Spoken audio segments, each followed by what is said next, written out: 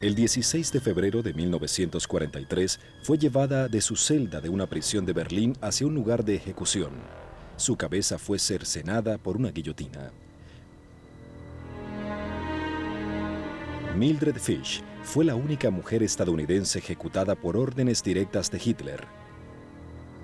¿Qué hizo para desatar la furia del señor de la guerra?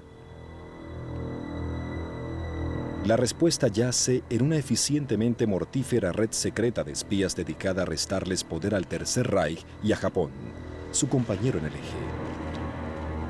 Pero sus agentes no trabajaban para Estados Unidos, eran espías de la Unión Soviética.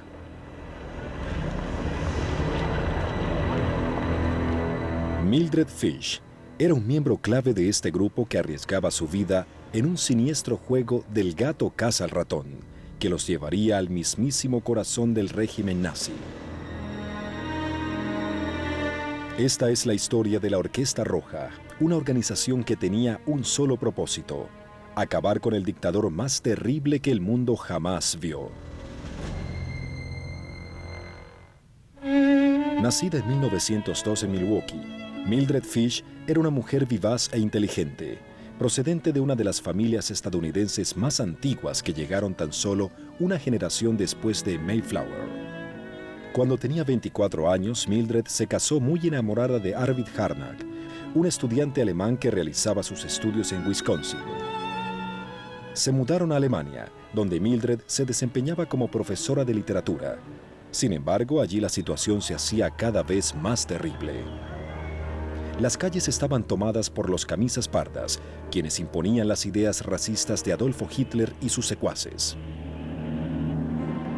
Los Harnack estaban horrorizados por la creciente intolerancia, y lo que ellos no sabían es que estaban a punto de ser arrastrados por la marea de terror del régimen nazi.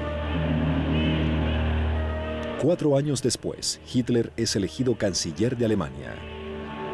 Los socialistas y otros izquierdistas que se oponían a su visión fueron arrestados y enviados a campos de concentración.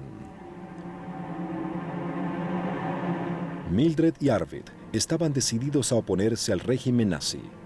De forma secreta, Mildred ayudó a los judíos alemanes a huir del país y escapar de la aniquilación. Juntos tomaron la decisión crucial de formar parte de una naciente organización soviética de inteligencia que comenzaba a expandirse por toda Europa. La red secreta fue conocida como Die Rote Kapelle, la Orquesta Roja. Los atroces crímenes del régimen comunista de Stalin no eran conocidos del todo en Occidente. Muchos izquierdistas lo veían como la única potencia suficientemente fuerte para derrotar a Hitler. Los agentes crearon fachadas perfectas uniéndose a las organizaciones nazis. En junio de 1933, Mildred se unió a la Asociación Nazi de Profesores. Arvid, por su parte, trabajaba para el Ministerio de Economía en Berlín y rápidamente fue promovido a puestos más elevados. A partir de 1935 enviaba información secreta sobre la economía de Alemania a la Unión Soviética. En 1937 se vio forzado a unirse al partido nazi, cuando se aprobó una nueva ley en la que a los funcionarios nazis se les otorgaba el poder de despedir a empleados del gobierno cuya lealtad estuviese en duda. En el transcurso de la década de los 30, la red de espías comunistas comenzó a establecer su sistema de contactos dentro de las instalaciones nazis. Para el momento en que la guerra comenzó, ellos estaban listos para entrar en acción. En 1939, Hitler invadió Polonia. Este movimiento lo colocó frente a frente con Stalin. Pero Hitler había ganado tiempo para otra estratagema militar al firmar un pacto de no agresión con Stalin. Alemania y la Unión Soviética se dividieron Polonia. El mundo se escandalizó con el cinismo de dicho trato. Pero Stalin estaba muy satisfecho. Había asegurado por los momentos sus fronteras occidentales, así que podía concentrar sus fuerzas militares en el lejano oriente. Allí se enfrentaba con el poder militar agresivo de Japón. En 1932, los japoneses invadieron Manchuria como el primer paso en el camino hacia el ataque a China. pero ello también los acercó peligrosamente a la Siberia soviética y sus invaluables materias primas. Stalin también temía que se repitiese la desastrosa historia de la guerra ruso-japonesa de 1905, en la que la Rusia imperial se vio humillada. Su servicio de información necesitaba saber si Japón planeaba invadir la Unión Soviética. Para ello se dirigieron a un hombre, Richard Sorge, de madre rusa y padre alemán. Fue a la escuela en Berlín. Cuando estalló la Primera Guerra Mundial, se unió al ejército alemán, pero después de sufrir graves heridas en las trincheras, fue excusado del servicio. En 1917, Sorge quedó impresionado por la revolución bolchevique en Rusia, y 2 años después se unió al Partido Comunista Alemán.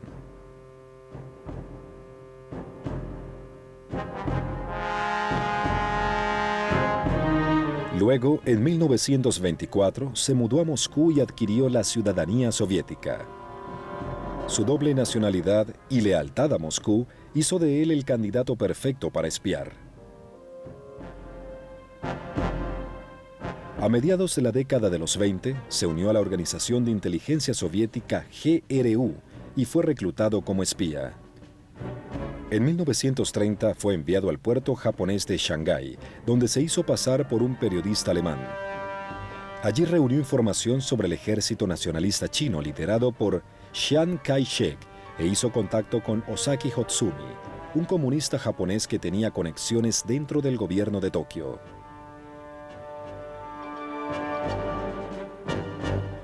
Cuando Japón invadió Manchuria, el GRU decidió enviar a Sorge a Japón, pero primero trabajó en Berlín como corresponsal extranjero.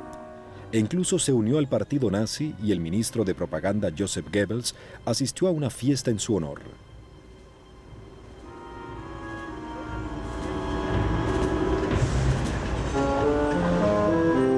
Sorge llega a Tokio en 1933.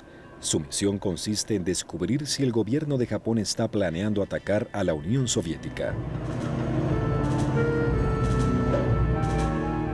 Tiene acceso a la embajada alemana y el agregado militar de esta, el coronel Eugene Ott, le proporciona información vital sobre el ejército japonés. Sin embargo, es la amistad que mantiene con Ozaki Hotsumi lo que lo lleva al corazón de la gobernación japonesa. En Tokio se hace amigo del príncipe Konoye, un miembro de la familia imperial japonesa quien se convertiría en el primer ministro de su país. A través de Konoye, Sorge obtiene información crucial sobre el armamento japonés. Hotsumi también ayuda a Sorge a obtener una copia de los programas económicos y diplomáticos del gobierno japonés para 1936. Esto le proporcionó la información que Stalin necesitaba conocer. Japón no tiene intenciones de atacar a la Unión Soviética. Pero las relaciones diplomáticas entre Japón y Alemania se hacían más estrechas. Sorge recibió información del pacto anti-Comintern que se haría entre ambos países, 6 semanas antes de que éste se presentara ante el Parlamento japonés. El mensaje estaba claro: Japón y Alemania reconocían a la Unión Soviética como enemiga. Sorge alerta a la inteligencia soviética de inmediato. Stalin continúa mostrando recelo hacia Japón. En 1939, la Fuerza Aérea japonesa y luego su ejército penetran Mongolia, un país satélite del Imperio Soviético.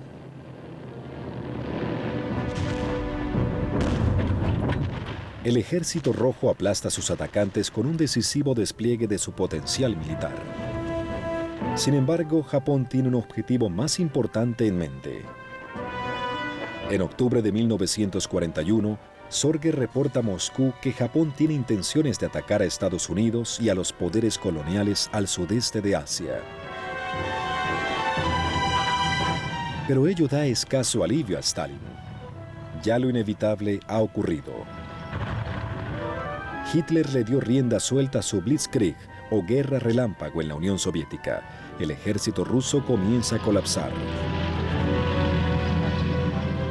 Para Stalin solo hay una forma de salir del atolladero: usar la información ultra secreta sobre las intenciones de su enemigo, y la única forma de obtenerla es a través de las redes de espionaje. Hitler y Stalin se enfrentan cara a cara. La gran batalla entre los dos imperios explota en un conflicto abierto con la Operación Barbarossa, la invasión alemana a la Unión Soviética. Al principio, el ataque alemán obtiene un gran éxito. 3 grandes destacamentos penetran las defensas soviéticas y toman prisioneros a cientos de miles de soldados. Moscú está bajo amenaza, y Stalin piensa que la Unión Soviética podría estar encarando su final. Solo unos años antes, el espía soviético Richard Sorge había informado que Japón no tenía intenciones de atacar a la Unión Soviética. En ese momento, esta información pasaría a ser verdaderamente valiosa. En octubre de 1941, Stalin traslada 40 de sus divisiones desde Siberia hasta el frente de Moscú. Estas divisiones llegaron justo a tiempo. Los alemanes se estaban alistando para realizar su último ataque contra Moscú. Pero el 10 de diciembre, las divisiones siberianas se unieron al contraataque soviético y la ofensiva alemana fue repelida mortalmente.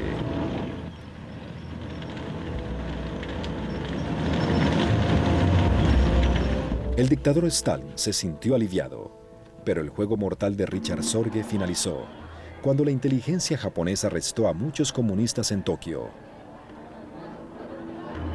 Sorge y Osaka Hotsumi estaban entre estos. Fueron sentenciados a muerte y 3 años después fueron ejecutados con media hora de diferencia. Esto constituyó el fin de la rama espía de Stalin en Japón. La inteligencia soviética tuvo que volverse hacia sus otras redes de espionaje. En Berlín, Arvid Harnack y su esposa Mildred Fish seguían enviando información invaluable a la Unión Soviética. Mientras Mildred continuaba ayudando a los alemanes judíos a escapar de la persecución nazi, Harnack hizo contacto con otro espía antinazi que trabajaba en el gobierno. Se trataba del teniente Harro Schütze-Boysen, que servía como oficial de inteligencia en el Ministerio de Aviación y tenía acceso a reportes secretos enviados al mariscal de Reich, Hermann Göring. Desde 1941, Harnack y Schütze-Boysen transmitieron información crucial a Moscú casi todas las noches por medio de comunicaciones por radio desde casas seguras. Algunas de estas comunicaciones incluían detalles sobre armas nuevas, como bombarderos de largo alcance, radares y misiles.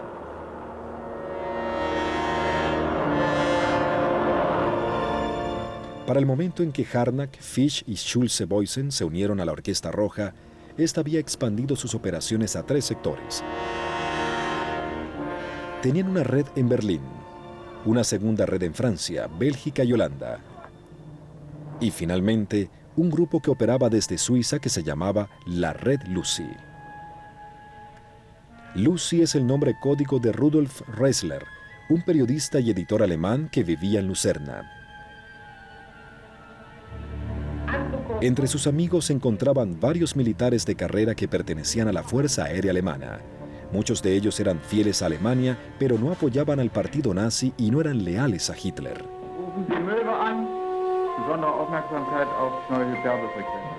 En 1939, un amigo logra que Ressler trabaje en el servicio de inteligencia suiza en Lucerna. Allí le presentan a Roger Mason, jefe de inteligencia militar. Los suizos tienen acceso directo a la inteligencia militar alemana. Esto le proporcionó a Ressler una invaluable vía de información de la maquinaria de guerra nazi.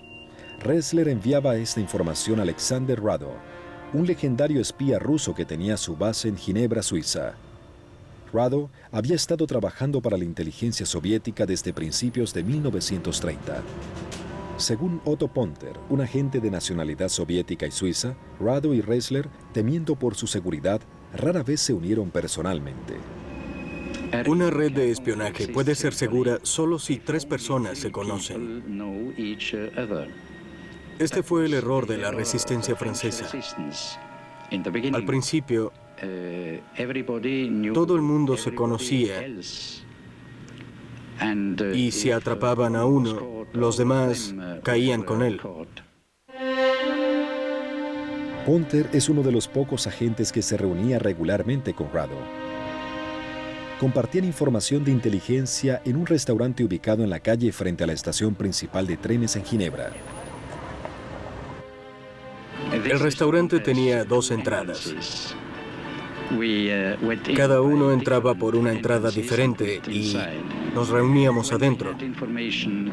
Cuando teníamos información para intercambiar, la colocábamos dentro de los diarios y en la mesa cambiábamos de diarios. Alexander Foote, un comunista británico que vivía en Lausanne, era otro miembro de la Red Lucy y trabajaba como operador de radio. Transmitió toda la información a Moscú desde un local secreto en Suiza. Ressler fue el único espía con quien Foote tuvo contacto. En marzo de 1940, Ressler obtuvo información secreta sobre la invasión alemana en Dinamarca y Noruega. Los rusos enviaron mensajes de advertencia a los aliados de Occidente, pero no había nada que ellos pudiesen hacer al respecto. 2 meses después, Ressler supo que los alemanes planeaban esquivar las defensas francesas en la línea Maginot, pero el Blitzkrieg o guerra relámpago de Hitler era incontenible. Los datos que Ressler había facilitado causaron poco impacto en el modo en que se condujo la guerra, pero eso estaba por cambiar. La Red Lucy tenía varios informantes nazis de importancia en las esferas más altas del gobierno. Aún hoy en día, algunos de estos hombres siguen sin conocerse, pero suministraron información desde el corazón de la maquinaria militar de Hitler, los cuarteles generales del alto mando alemán. Sus reportes fueron los que le dieron la oportunidad al ejército soviético de detener el Blitzkrieg en una de las más grandes batallas de la guerra. En 1942, la red de espías de Ressler obtuvo una lista completa de las unidades del Sexto Ejército Alemán implicadas en el ataque a Stalingrado. Rado me dio información que Ressler recolectó y me pareció maravillosa.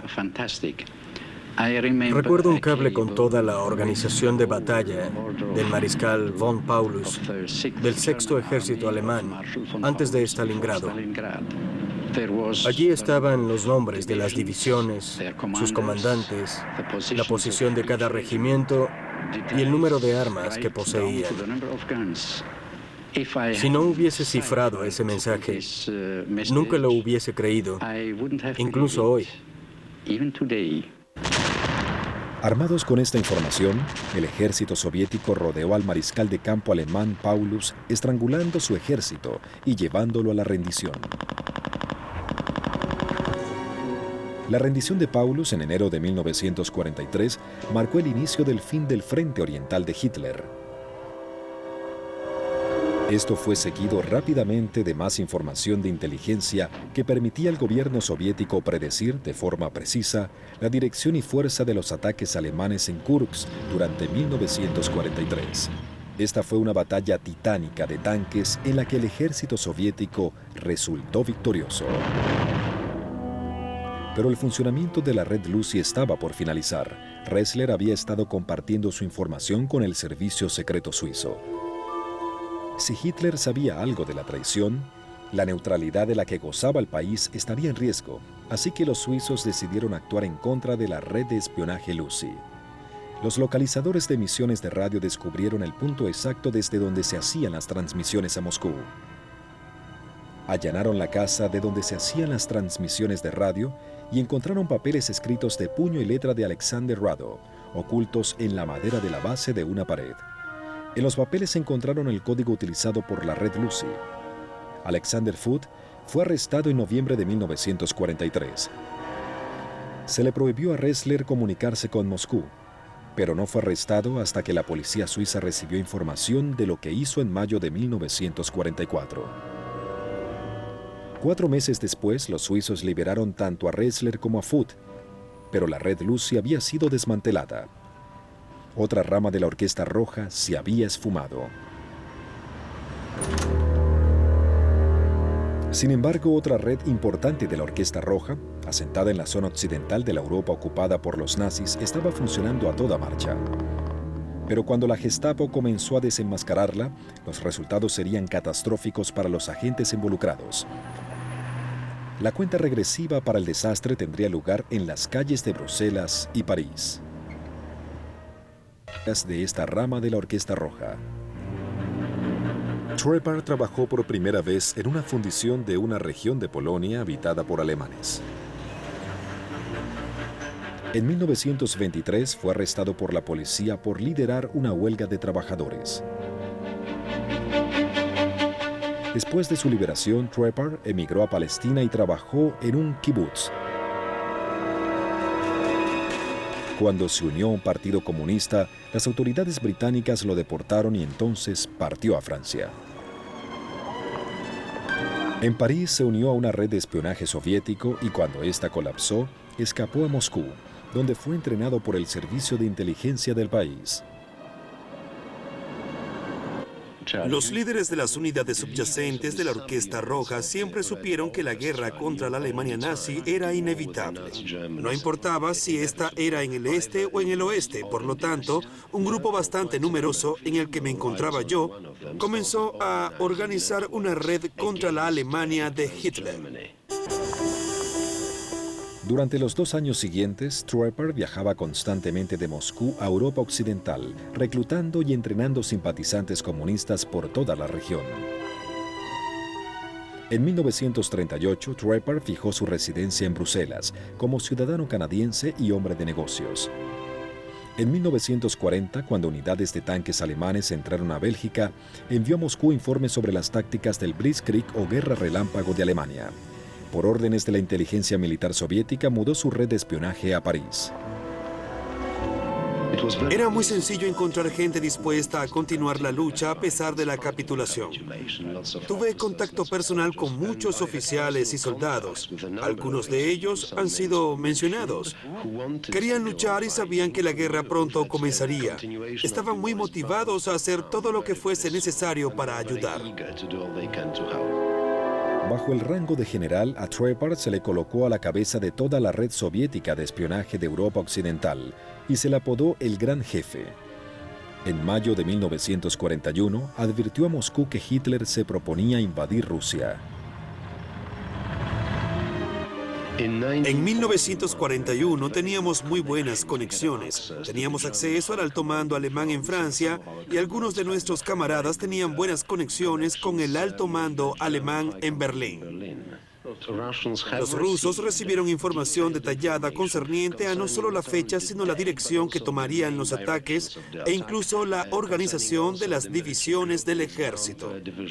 Stalin simplemente estaba convencido de que la Alemania nazi no le declararía la guerra antes de 1944 y pensaba que el servicio secreto británico estaba detrás de nuestras fuentes de información y que éste quería presionar a la Unión Soviética para que se uniera a la guerra.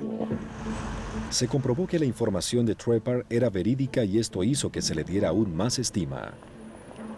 En el corazón de París, Trepar estableció una compañía falsa de importación y exportación llamada Simex, especializada en materiales de construcción, y sus oficinas se establecieron en la avenida 78 de los Campos Elíseos. Una sucursal de la compañía Simex fue establecida en Bruselas. Las redes de espionaje de Berlín, Bruselas y París usaban su propio código secreto en las transmisiones telegráficas, pero los alemanes las detectaron y comenzaron una campaña para destruirlas una por una.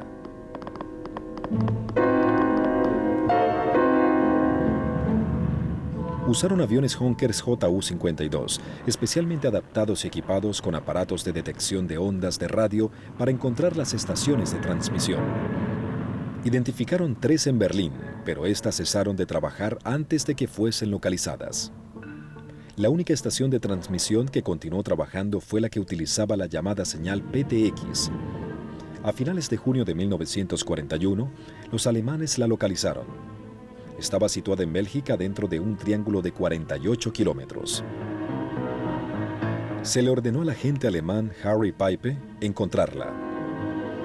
Por extrañas cosas del destino, Peipe establece su oficina en el edificio 192 de la calle Royal, el mismo donde se encontraba la agencia falsa de Trepar. Todas las mañanas, los agentes alemanes y soviéticos se saludaban inocentemente, ignorando por completo que uno estaba cazando al otro. Las camionetas alemanas de detección de ondas de radio recorrían las calles de Bruselas. Día tras día le seguían la pista a las transmisiones de radio soviéticas, hasta que descubrieron en cuál calle se ubicaba la estación. Disfrazados de civiles, los agentes alemanes mantuvieron todas las casas bajo vigilancia. Finalmente se dirigieron a la 101. La noche del 13 de diciembre, Peipe y su grupo de agentes alemanes irrumpieron en el edificio. Descubrieron un transmisor de radio y 2 mujeres agentes.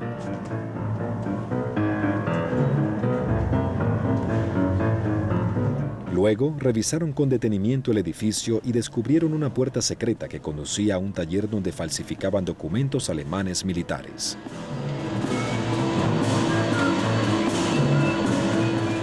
Hitler fue informado del hallazgo y ordenó que la conspiración tenía que arder en llamas. También descubrieron un trozo de papel que tenía escrito combinaciones de números. Los decodificadores alemanes revelaron el nombre Proctor, un héroe de una novela francesa. Después de pasar semanas investigando en las librerías de antigüedades de Bélgica y Francia, encontraron un oscuro libro cuyo autor era Guy de Teramont, que funcionaba como clave del código soviético utilizado en las transmisiones de PTX, lo cual fue desastroso para la Orquesta Roja. El código reveló los nombres y contactos de numerosos agentes soviéticos en Berlín. El 31 de agosto de 1942, la Gestapo emboscó Schulze-Boysen en el Ministerio de Aviación. Harnack y Fisch fueron arrestados en un centro vacacional en las costas del norte de Alemania. En total, 177 agentes sospechosos fueron reunidos en Berlín y conducidos a los sótanos del cuartel general de la Gestapo. Muchos no pudieron soportar la salvaje tortura y dieron los nombres de otros conspiradores. Llevaron a Arvid Harnack junto a otros 80 conspiradores a la prisión de Plötzensee, donde fueron colgados en ganchos con finas sogas. Sus propios pesos los estrangularon lentamente. La estadounidense Mildred Fish fue guillotinada. La destrucción de la red de la Orquesta Roja en Bruselas y Berlín fue el mayor golpe que sufrió la inteligencia soviética. No obstante, el maestro del espionaje Leopold Trepar aún seguía activo en París.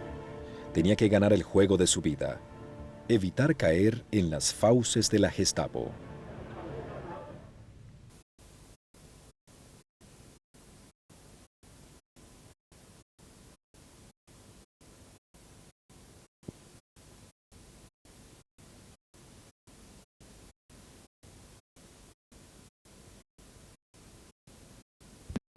Simex estaba localizada cerca de la organización Todt, la oficina oficial de construcción de Alemania.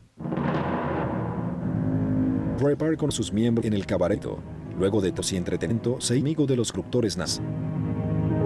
Trepar una mina de cuando Simex no solo convirtió en el abastecedor de Todt, sino que el mayor proyecto de construcción del Reich. Hitler ordenó construir una secreta defensa a cargo de la costa francesa, el conocido Muro Atlántico. Las personas del partido nazi había contratado para que les pagase los materiales de construcción eran todos. Simex usó a proponerles minas mezcladas, grupos andamiaje, férreas tares, racas para construir caminos y camiones. La compañía de Trepar, una fachada para encubrir el espionaje soviético, estaba ganando millones de francos. Una partida del presupuesto del gobierno alemán destinada para proyectos de defensa estaba apoyando una red de espionaje. Trepar utilizó una parte de las ganancias de la compañía para sobornar a funcionarios nazis para que le dieran otros proyectos importantes de construcción a Simex. De esta manera, Trepar pudo enterarse de las estrategias alemanas y los movimientos de sus tropas en toda Europa. Trepar también disfrutó del dinero. Se compró un castillo en el centro de Francia, donde les proporcionaba comida fresca a sus agentes al tiempo que les brindaba abrigo. Moscú recibía cada vez más información a medida que Trepar se infiltraba en casi todas las ramas del gobierno alemán. Este fue el mejor momento para Trepar. Luego, el 10 de junio de 1942, la Gestapo descubrió una estación secreta de transmisión en las afueras de París. La pareja polaca que trabajaba allí, Hersch y Mayra Sokol, fueron torturados y revelaron los nombres de sus cómplices. En Bruselas, una segunda estación secreta de transmisión fue descubierta por los alemanes y su operador, Johannes Wenzel, también fue capturado. Durante el interrogatorio que se le realizó en un campo de concentración, accedió a convertirse en un agente nazi encubierto. Wenzel comenzó a transmitir mensajes falsos a favor de la Gestapo.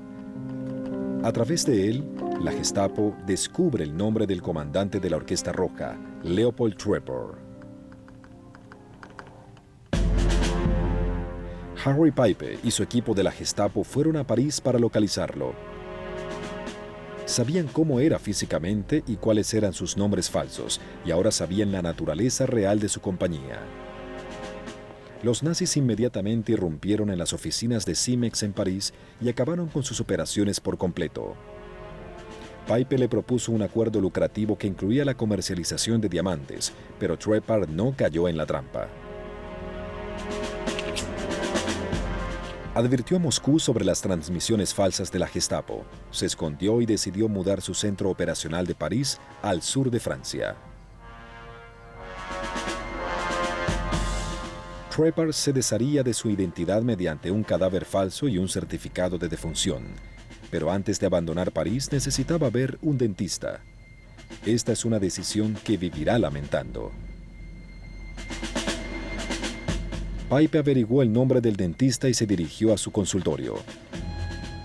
El dentista le informa que está aplicando un tratamiento a un nuevo paciente de apellido Dubois, a quien le corresponde asistir al día siguiente. La Gestapo transforma el área en una enorme trampa. Los agentes se colocan en todas partes del edificio. Al día siguiente, Trepar es arrestado al entrar al consultorio del dentista. Lo interrogaron en el cuartel general de la Gestapo y revela el nombre de muchos de sus colegas quienes son arrestados de inmediato. La Gestapo le informa sobre su plan para socavar las fuerzas de los aliados. Están desesperados por lograr una tregua entre Hitler y Stalin y quieren que Trepar los ayude a negociar un trato. Fingiendo hacer contacto con el Partido Comunista Francés, Trepar envía un mensaje codificado informando a Moscú de su arresto. El 13 de septiembre de 1943 le dan permiso a Trepar para que vaya a una farmacia en París, ya que el agente de la Gestapo que lo acompañaba estaba quejándose de dolores estomacales. Trepar promete darle un remedio especial y deja a la gente en el auto. Luego entra a la farmacia y allí se desvanece. El espía rojo abordó un tren rumbo a las afueras. Los alemanes pusieron en marcha un gigantesco operativo de búsqueda, pero no lograron capturarlo, ya que Trepar se movía de una guarida a la otra. Al final se escondió a 90 metros del cuartel general de Peipe. La Gestapo siguió intentando desesperadamente establecer contacto por radio con Moscú en busca de una tregua, pero su plan se vio frustrado cuando los aliados liberaron París el 31 de agosto de 1944. Trepar logró establecer contacto con la Unión Soviética. El 6 de enero de 1945, finalmente se reúne con sus camaradas en Moscú. Pero en lugar de ser recibido como un héroe, a Trepar lo encarcelan en la prisión de Lubyanka durante 10 años. Su castigo es producto de la paranoia de Stalin por la Guerra Fría. Trepar sabe demasiado acerca de las operaciones de espionaje soviéticas y es necesario evitar que caiga en manos de Occidente. Por suerte, no fue fusilado. Stalin muere 10 años después y lo que sabía Trepar ya es de poca utilidad. Tras su liberación, Trepar regresa a Polonia y se establece en Varsovia. Previa autorización del gobierno británico, Trepar viaja junto con su esposa a Inglaterra en 1973 para someterse a un tratamiento médico. Falleció en 1982 y sus restos fueron enterrados en Israel. Las redes de espías rojos presenciaron periodos cortos de gran éxito. Pero la mayor parte de estos logros no habrían sido posibles de no haber contado con información proporcionada por figuras clave del régimen nazi. Durante décadas, la identidad de estos personajes siguió siendo un misterio, pero hoy se han realizado descubrimientos asombrosos. La de Kursk fue una de las batallas decisivas en la pugna entre Hitler y Stalin. La derrota de los alemanes en este enorme combate entre tanques marcó el final del reino del terror en el frente oriental. La red de espionaje Lucy, apostada en Suiza, le transmitió información clave acerca de este conflicto a la inteligencia soviética en Moscú. Pero ¿quién le proporcionaba a Lucy los planes secretos de Hitler? En 1942, un misterioso agente de nombre código Werther suministraba cerca de 20% de la información que procesaba Lucy. Según investigaciones publicadas recientemente, Werther era uno de los secuaces de Hitler, un hombre al que Hitler le hubiera confiado su propia vida. En 2000, Louis Kilzer, autor laureado con el premio Pulitzer, realizó una publicación sorprendente en su libro Hitler's Traitor. De acuerdo a su hipótesis, Werther pudo haber sido Martin Bormann, uno de los oficiales de más alto rango del Tercer Reich. Bormann era secretario privado de Hitler y uno de los colegas en el que más confiaba. El nombre de Werther apareció por primera vez en 1941, cuando cierta información clave llegó a manos de Rudolf Ressler, un periodista alemán y espía de los soviéticos que vivía en Lucerna, Suiza. En ese mismo tiempo, Bormann reclutó a su asistente, Heinrich Heim, para que en secreto escribiera todo lo que Hitler decía en privado. Juntos logran registrar cada discurso pronunciado por Hitler. En 1953, este registro secreto se publicó en un libro titulado Hitler's Table Talk. Cuando la guerra se volvió contra Hitler, un grupo de generales alemanes urdían una conspiración para asesinarlo. Según Kilzer, Bormann quizá fue parte del complot. A partir de septiembre de 1942, Bormann decide utilizar abiertamente un equipo de taquígrafos para llevar un registro de todo lo dicho por Hitler. Casualmente, la inteligencia soviética nota que, repentinamente, la información suministrada por Werther es mucho más detallada. Gracias a Werther, se obtiene valiosa información táctica y estratégica acerca de la batalla de Kursk. El resultado es una catastrófica derrota para los alemanes.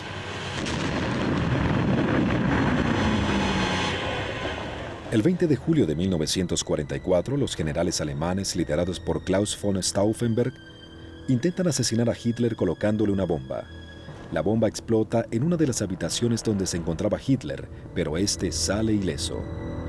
Como consecuencia del atentado, Hitler elimina a todos sus opositores dentro de Alemania y ordena fusilar a los conspiradores o sentenciarlos a la horca. Sin embargo, Werther sigue enviando sus reportes. La influencia cada vez mayor que ejerce Bormann sobre Hitler es motivo de críticas entre el alto mando nazi. En 1946, durante una interrogación hecha por los aliados, Albert Speer, el ministro de armamento de Hitler, señala que Bormann era admirador de Stalin. Otros nazis sospechan que Bormann era un espía de los soviéticos. Se descubre que una de las amantes de Bormann era miembro de una organización alemana comunista que actuaba en la clandestinidad.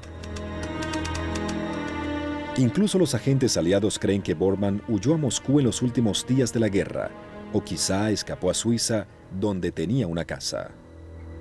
Con sus declaraciones, el general Reinhard Gehlen, jefe de inteligencia de la Alemania Occidental entre 1956 y 1968, acentuó aún más el misterio en torno al destino de Bormann. En 1971, en el diario alemán, Gehlen señaló que Bormann había sido espía de los soviéticos y que vivió en ese país algunos años después de la guerra. Pero, ¿por qué razón Bormann le suministraba información clave a Moscú?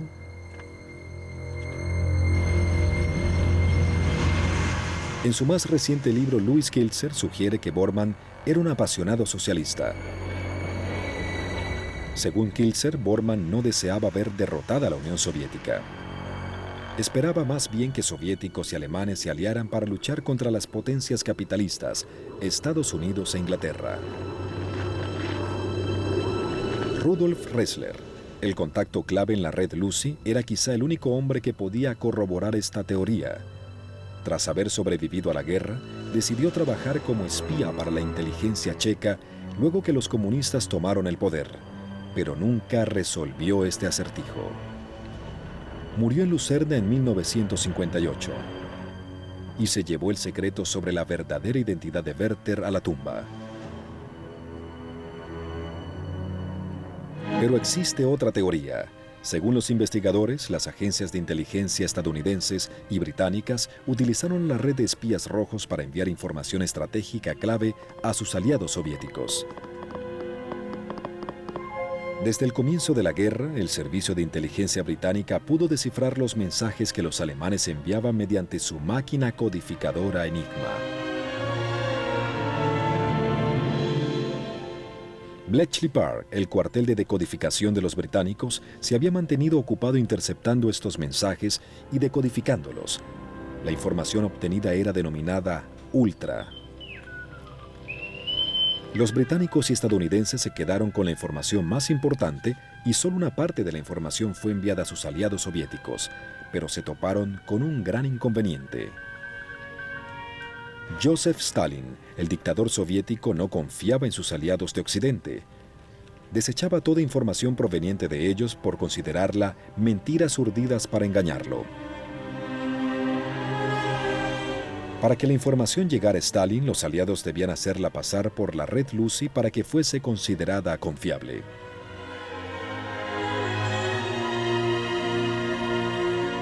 Algunos historiadores suponen que la inteligencia soviética colaboró en esta maniobra porque era el único modo de lograr que Stalin considerara confiable la información suministrada por los aliados. Sin embargo, esta es otra hipótesis que quizás sea un misterio para siempre.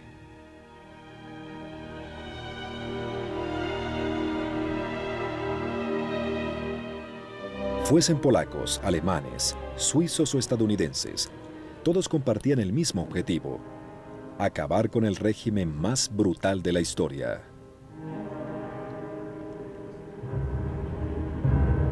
Durante años, estos agentes actuaron en todos los ámbitos de la sociedad alemana, desde los hombres que le suministraban a los nazis los materiales de construcción, hasta los hombres en los que más confiaba Hitler. Quizás las respuestas a muchos de los misterios en torno a la red de espías rojos yacen ocultas en algún archivo ruso. Sin embargo, hasta hoy, sus secretos siguen siendo uno de los mayores misterios de la Segunda Guerra Mundial.